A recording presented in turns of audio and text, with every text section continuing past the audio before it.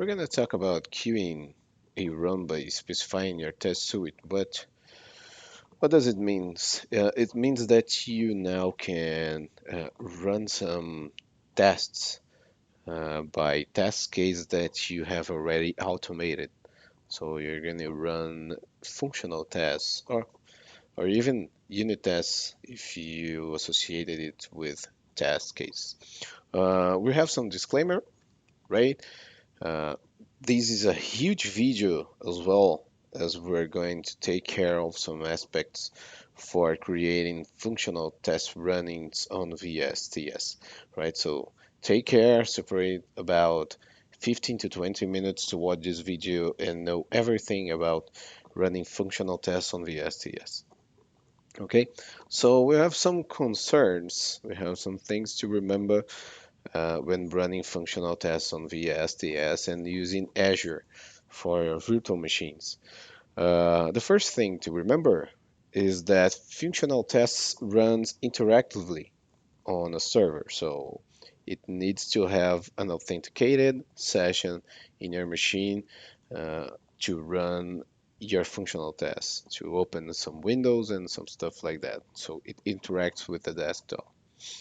The second thing is that Azure VMs by default, they change their IP address as soon as they get rebooted or they get turned on after a period of time. Okay, so you need to take care of it. If you can separate an individual IP address, an exclusive IP address to this machine, so it does not change when you shut down and turn on your virtual machine, right? The next thing to remember is that test case must be associated to unit tests in an assembly deployed to the test machine. So if you intend to run some functional tests on any machine, there needs to be an assembly with the automation inside this virtual machine. So the functional test is able to find these automation and run inside the machine. Okay. And the last thing to remember is that there's a prerequisite for running Windows Remote Management in virtual machine. So we have we have to set Windows Remote Management with HTTPS in the Azure Virtual Machine to run these functional tests. Okay, so you must run with some certification issues and some stuff like that. I will share a link with you guys so you can configure these prerequisites prior to starting running functional tests. Okay, so don't care about it. I'm going to share a link with you and you will be able to do this stuff. Okay, so well, let's go to the practical thing. Okay, so let's just stop this presentation. Let's go to the desktop and see some stuff right here. Okay, so first things first. What is running functional tests on a build? So until now, we were able to run unit tests by specifying the assembly or the build card to find the assemblies with unit tests we want to run.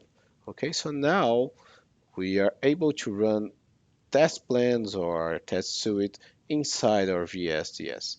What does it mean? Well, if you use the test under your web access, you're going to see some stuff like that. Okay.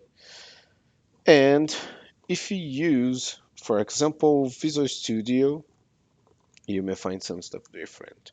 So let's go to the test case 459. So let's type 459 right here.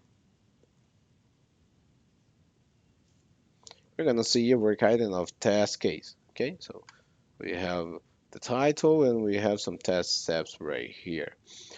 So this is a way to organize your tests so you can run it manually. So we have a test plan, okay? This is a test plan, and we have some test suite inside of it. And inside of each test plan, we have test cases. It's for manual test purposes.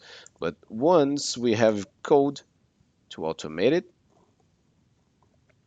so let's see it, we can associate each of these tests to test cases. So we complete the steps to automate our test cases. So we need to create code to automate your tests.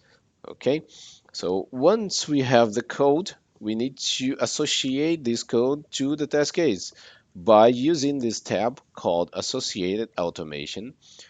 We use the test name, and once we select it, it fills in the automated test storage, which is the assembly containing my automation, right?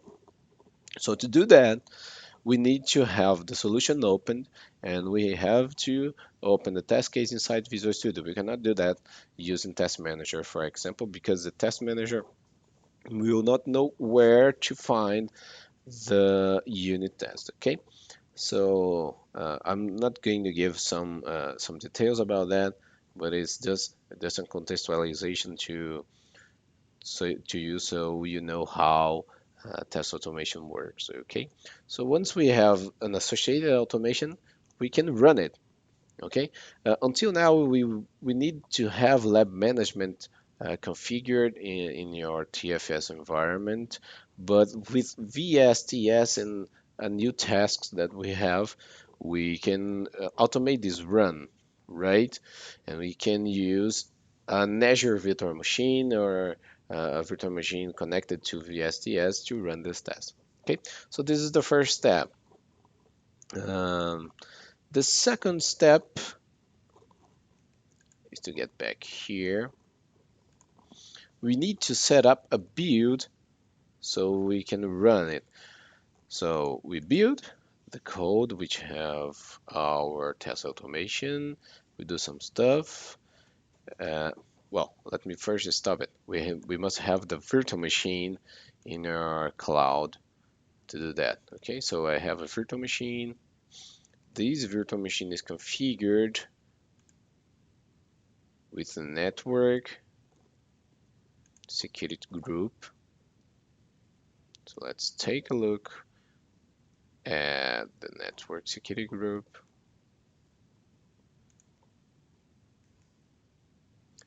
And inbound security rules. We can see here that we have WinRM port for HTTPS, which is allowed. Okay, and once we have it, we can set a variable right here to hold the virtual machine IP address, which is static. Okay. The next step is to copy all the assemblies to a directory inside the virtual machine. So we use Azure File Copy, and we configure it with ARM, Azure Resource Manager, to copy the files to a virtual machine. So let's see inside the virtual machine, how is it?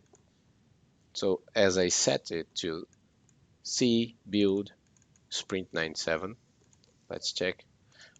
You guys know that I have already run this build, so it's already here. So C build sprint 97. So all my files are here. Okay. What do we do with these files? So let's take a look. Once I copied here, I need to set up the test agent deployment. So the test agent. So we deploy the test agent to the virtual machine. You see that I use the IP address. Okay.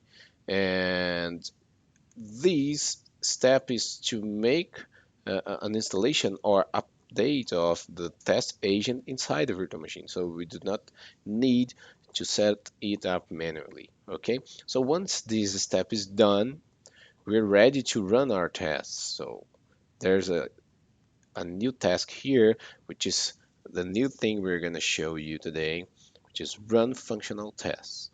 So with this task, now you can select your tests by test plan. Until now, we're only having the test assembly option. So we set the assembly that this task should look for a test to run. So once we select test plan, We can navigate to our test plans and the test suites inside this test plan.